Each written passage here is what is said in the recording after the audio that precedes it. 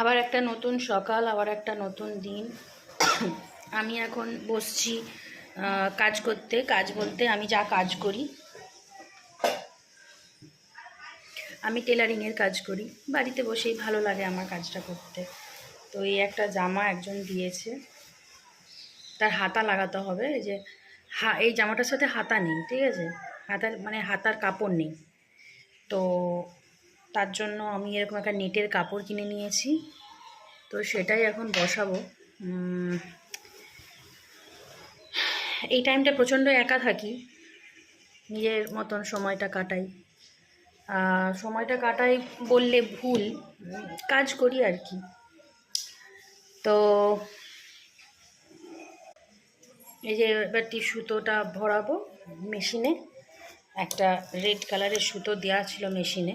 তো এবার আমি এই রেড কালারের সুতোটাকে গুটিয়ে রেখে দেব। আর ওই যে পেছন দিকে আমার ঠাকুর রাখা আছে, এটা আমার ছেলে মেয়ের রুম।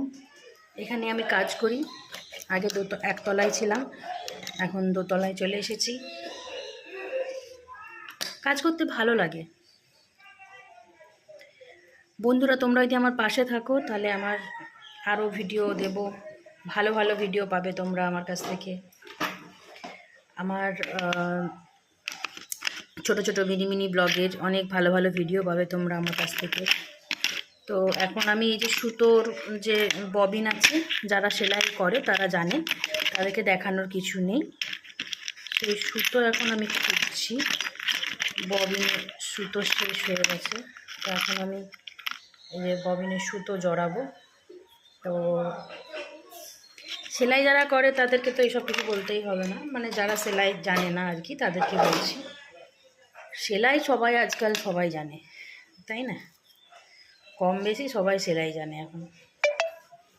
এখন ঘরে ঘরে সেলাই শেখাটা ভালো, কারণ কখন কখন কি প্রয়োজন পড়বে।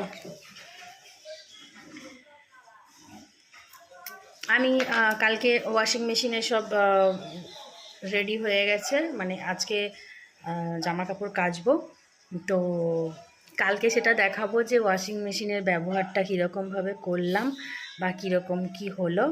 তো আমি কালকে দেখাবো তোমাদের সাথে। আজকে এই ভিডিওটা এই পর্যন্তই। ভালো লাগলে একটা লাইক করবে, কমেন্ট করবে, আর সাবস্ক্রাইব করতে ভুলবে না। ভালো ভালো নতুন নতুন ভিডিও পাওয়ার জন্য আমার চ্যানেলটাকে সাবস্ক্রাইব করে রাখবে। আরও মিষ্টি মিষ্টি ভিডিও দেবো। টাটা।